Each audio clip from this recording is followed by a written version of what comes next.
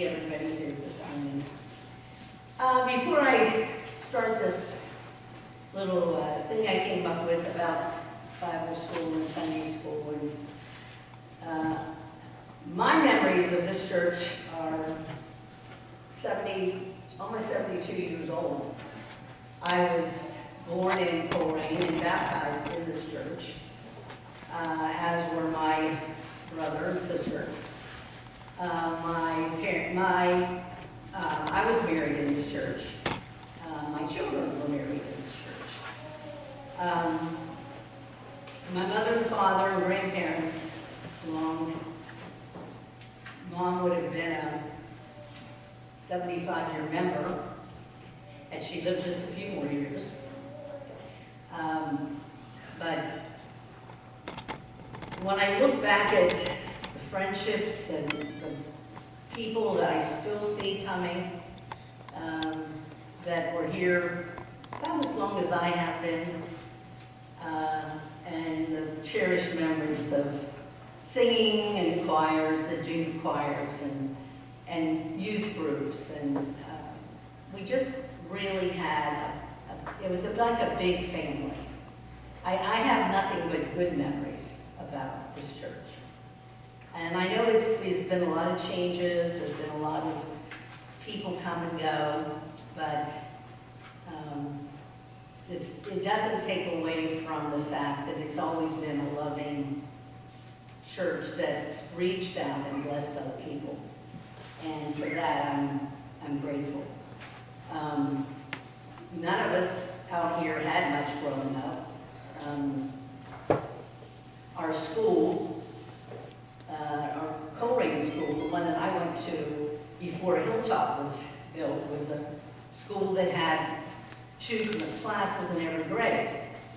So, and until I got to 6th grade, the second half of the year, when we moved into Hilltop, out there, I was in the class with 1st and 2nd together, 3rd and 4th, and my teachers were the Smiths. Bob and Libby Smith's mother was my 3rd, 4th grade teacher, and then Mrs. Donnelly taught us 5th and 6th grade, and then of course we had her again in the 8th grade as she was principal at Hilltop.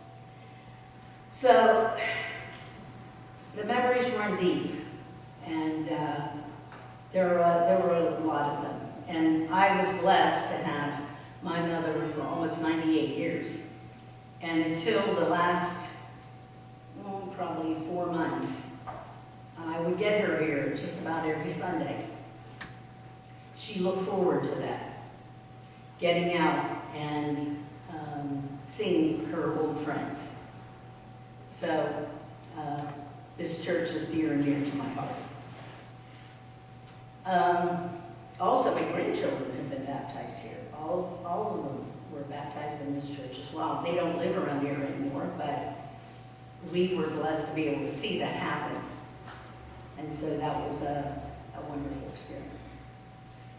All right. Our children have always been the heart of the church. And over the years, our Sunday school classes range from over 300 to down to 3. We've had many fluctuating numbers, but we've always been blessed with hardworking and dedicated teachers. In the early church, 1919, the girls' Sunday school class took up the offering, and the boys' Sunday school classes acted as the ushers. Now, deacons perform these duties. Sunday school teachers, and I found this really interesting, had to have 2 years of training and 1 year of working with a teacher as an assistant before they could actually take over a Sunday school class. And they were even asked to sign a 3-year contract. And that's just, that seems so funny to me. They would be asked to sign a contract. But that's the way it was done back then. We sometimes had so many children and adults that Sunday school rooms were divided over and over, and we even had classes in our manse. In the old church, our Sunday school class was held in the back of the sanctuary. The sanctuary was down here, and we had doors that you could close towards the back of the church, and there was even classes held back there. And even in the furnace room. At one time, we had an adult men's and an adult ladies class, senior and junior high classes, 5th, 6th, 7th. Well, that would be junior house. 5th, 6th, 3rd, and 4th, 1st and 2nd grade classes, and then we had the kindergarten and the nursery. So this lack of space for this ever-growing ministry was one of the big reasons why we needed to add on to our church. Over the years, we've had very active youth groups, but in the early 60s, when I was in the youth group, our youth group had many young people that came that didn't even belong to our church. I guess we had a reputation of having fun and having good get-togethers and things like that. And we would do a lot of fun and community things. We'd have sleepovers in the church. We took field trips to Kennywood and Cedar Point. But many of the activities that we participated today, we did back then too, like our Easter egg hunt. Doris Staunce's house was used for many years for this, but we also have had the hunt in the church itself, depending on the weather. The children enjoyed hay rides, bowling, roller skating, and sled riding parties.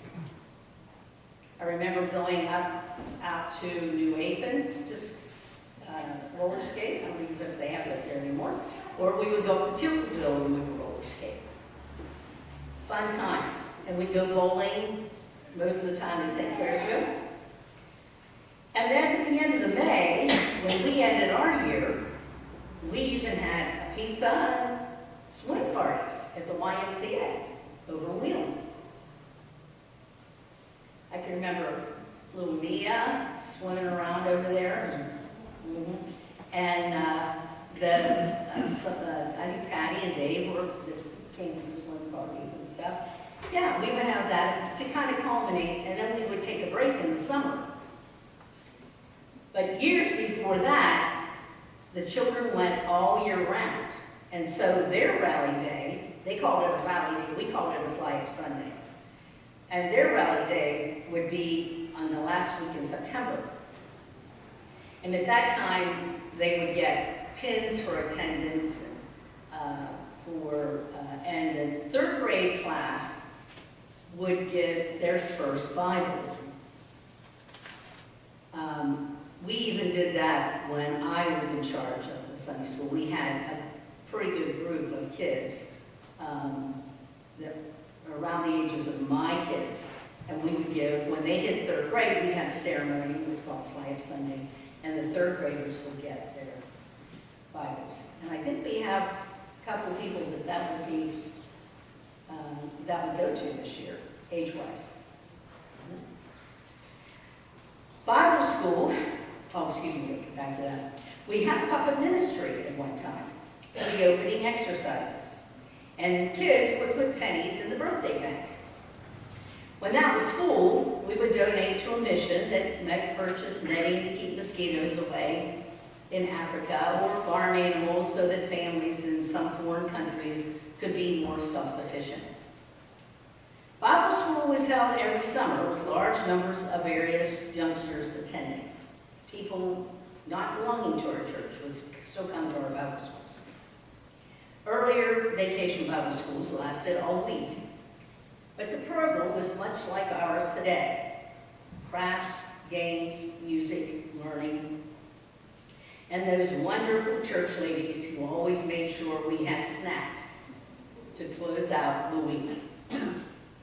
There have been numerous contributors to the success of our Sunday school and vacation Bible school program, actively and behind the scenes, donating their time and talents to the children of our church. And for this, we have and continue to be blessed.